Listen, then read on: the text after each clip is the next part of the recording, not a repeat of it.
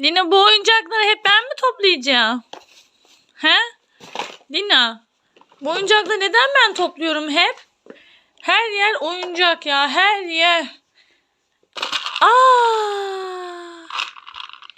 Lina, sayacağım boncukları nerede? Sen bunu kırdın mı?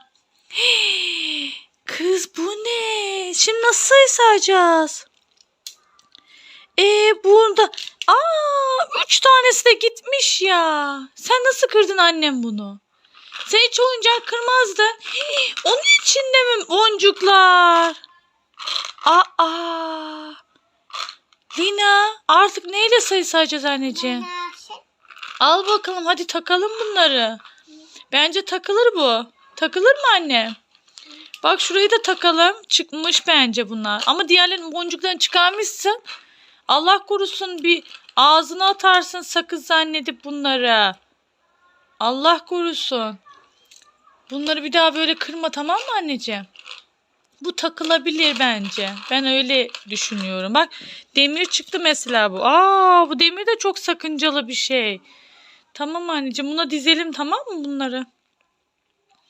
Çok dikkatli olalım. Ay, takamadık.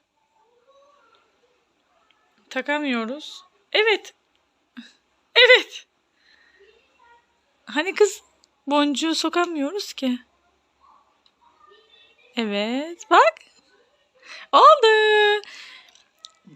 Bir daha kırma, tamam mı, böyle sayacağını? Tamam mı anneciğim? Hep beyaz mı takacağız? Beyaz takacağız bence.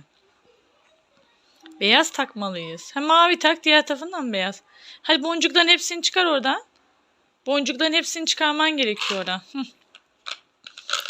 Evet. Ay kaçtı. Kaçıyor ya. Yakaladın mı? Tamam. Şimdi bunu takalım, tamam mı? Sonra 5 sende kalsın, evet. Ama 2 tane daha var sanki o geminin içinde. Geminin içinde anneciğim. 4 mü? Ver o zaman onları da. Evet. Başka var mı? Salla bakayım. Yok mu? Tamam anneciğim. Evet. Arkadaşlar, biz sayacağımızı yaptık. Sadece yerinden çıkmış. Değil mi Lina? Şimdi renklerinden 5'er tane mi var? Hep bakar mısın? Hepsine sarı. Hangi renkler var orada anneciğim? Söyle bakalım.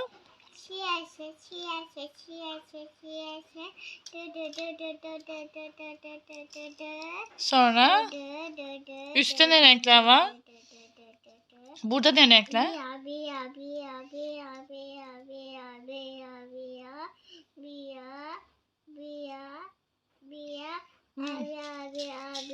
Mavi, mavi, mavi, mavi. Mavi. Mavi de bakayım. Sarı. Beyaz. Kırmızı. Kırmızı. Kırmızı.